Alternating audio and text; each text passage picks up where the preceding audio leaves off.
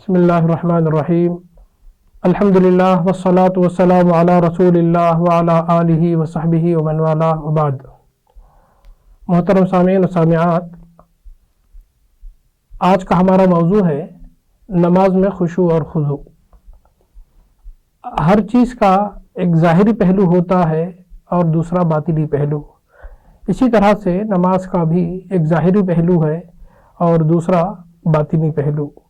نماز کا ظاہری پہلو اس کے ظاہری آداب ہیں اور نماز کا باطنی پہلو اس کے باطنی محاسن ہیں۔ نماز کے ظاہری آداب سے مراد ظاہری شرائط ہے جن کی بجا آوری نماز کے لیے لازمی قرار دی گئی ہے۔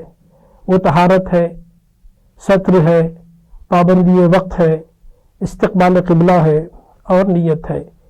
ان 5 ظاہری شرائط کی پابندی کے بغیر شرعی اعتبار سے نماز نہیں ہوتی۔ اسی طرح سے نماز کے ظاہری پہلو میں اس کے تمام ظاہری اعمال و ارکان ہیں: قیام، قرات، رکوع، قومہ، سجدہ اور قاعدہ، جو نماز کے لیے جسم کی حیثیت رکھتے ہیں۔ نماز کے باطنی پہلو میں اس کے باطنی محاسن ہیں اور باطنی محاسن سے مراد خشوع اور خضوع کی وہ جملہ کیفیات ہیں جن کی حیثیت نماز کے لیے روح کی ہے۔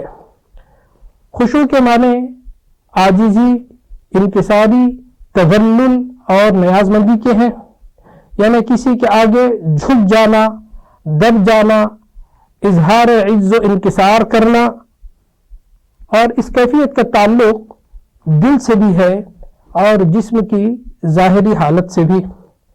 دل کا خشوع یہ ہے کہ آدمی کسی کی ہیبت اور عظمت و جلال سے مرعوب ہو، اور جسم کا خشوع یہ ہے کہ جب وہ کسی کے سامنے جائے تو سر جھک جائے، اعضاء ڈھیلے پڑ جائیں، نگاہ پست ہو جائے، آواز دب جائے اور ہیبت زدگی کے آثار اس پر طاری ہو جائیں۔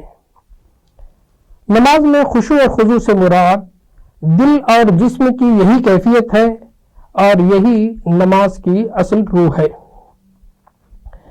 جسم اور دل کے خشوع اور خضوع کی یہ کیفیت اہل ایمان کے لیے دنیا اور آخرت میں فلاح و کامرانی کا ضامن ہے۔ اللہ تعالیٰ نے سورہ المؤمنون میں فرمایا: قد افلح المؤمنون الذین هم فی صلاتهم خاشعون۔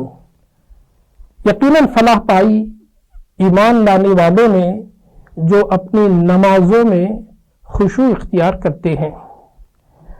خشوع اور خضوع کی اسی کیفیت کی طرف ایک دوسری آیت میں سورہ زمر میں اشارہ کیا گیا ہے: اللہ نزل احسن الحدیث کتابا متشابہا مثانیہ تقشعر منہ جلود الذین یخشون ربہم ثم تلین جلودہم وقلوبہم الی ذکر اللہ ذالک ھدی اللہ یہدی بہ من یشاء۔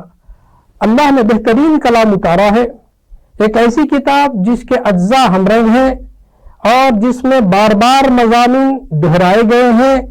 اسے سن کر ان لوگوں کے رونگٹے کھڑے ہو جاتے ہیں جو اپنے رب سے ڈرنے والے ہیں، اور پھر ان کے جسم اور ان کے دل نرم ہو کر اللہ کے ذکر کی طرف راغب ہو جاتے ہیں۔ یہ اللہ کی ہدایت ہے جس سے وہ راہ راست پر لے آتا ہے اسے جسے وہ چاہتا ہے۔ نماز میں رکوع اور سجود پہ بہت ساری دعائیں ہیں جو خشوع اور خضوع کی اس کیفیت کو ظاہر کرتی ہیں۔ ان میں سے ایک دعا رکوع میں اللہ کے رسول صلی اللہ علیہ وسلم جس کا اہتمام فرمایا کرتے تھے مختلف نمازوں میں، وہ ہے: اللہم لک رکعت وبک آمنت ولک اسلمت انت ربی خشع لک سمعی وبصری ومخی وعظمی وعصبی وما استقلت بہ قدمی للہ رب العالمین۔ اے اللہ، میں نے تیرے لیے رکوع کیا اور تجھی پر ایمان لایا، تیرا ہی مطیع ہوں، تو ہی میرا رب ہے۔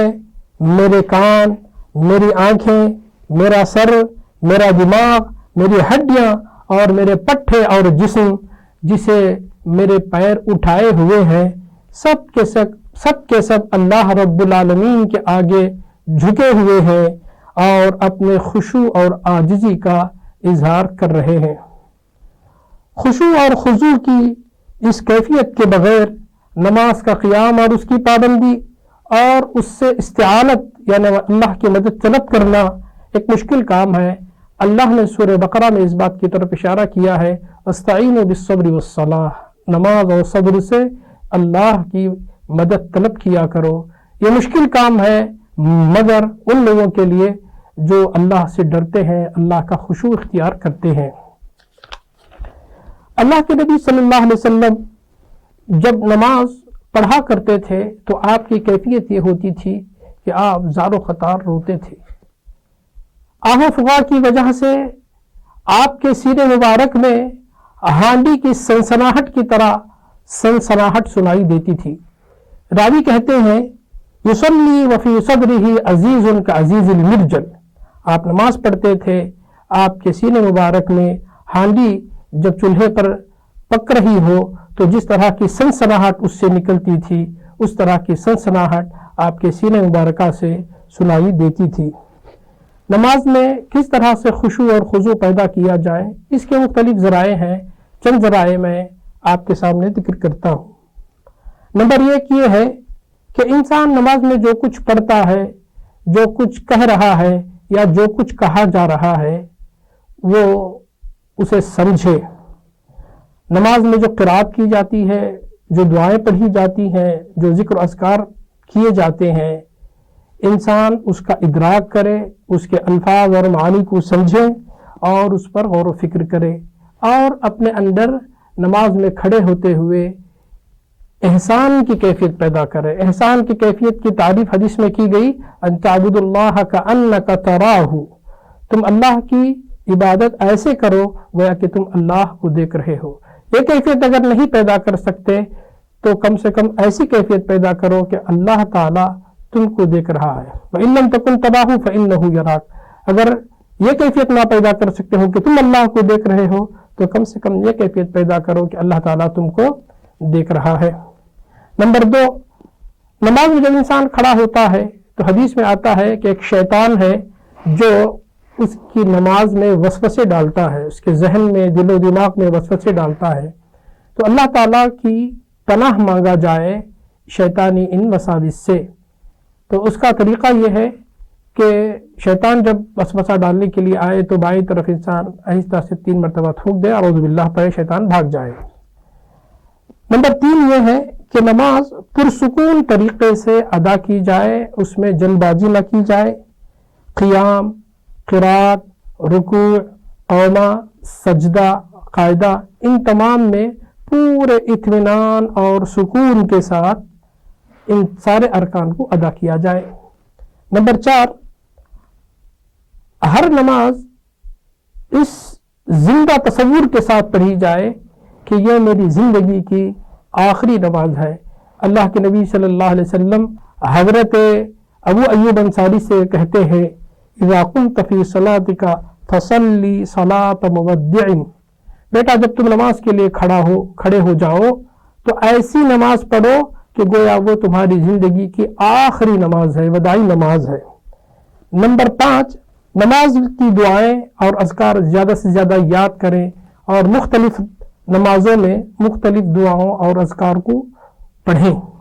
نمبر 6، جس جگہ نماز ادا کی جائے اس بات کا اہتمام کیا جائے کہ وہاں نقش و نگار، تصاویر یا کوئی ایسی چیز نہ ہو جو نمازی کی توجہ کو ادھر ادھر منتقل کر دے۔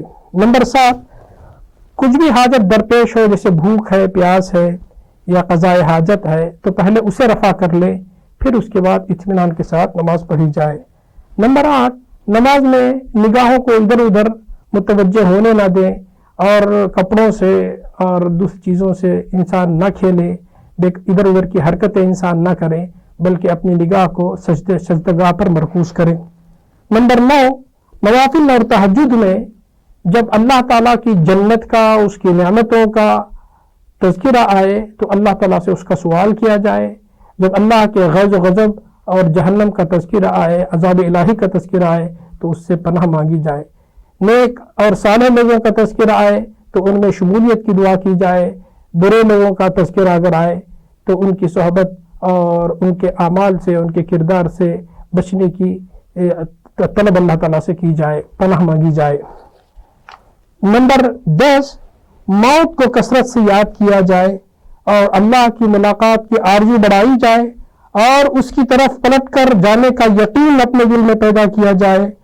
ایسی نماز یقیناً ہماری انفرادی اور اجتماعی زندگی پر بڑے گہرے اثرات ڈالتی ہے، ہمیں منکر اور فحشا سے روکتی ہے، دلوں کو منور کرتی ہے، چہروں کو تر و تازگی عطا کرتی ہے اور ہمارے لیے دنیاوی کامرانی اور اخروی فلاح کا ضامن بنتی ہے۔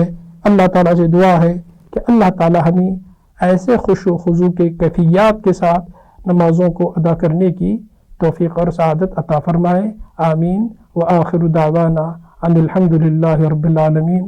السلام علیکم ورحمۃ اللہ وبرکاتہ۔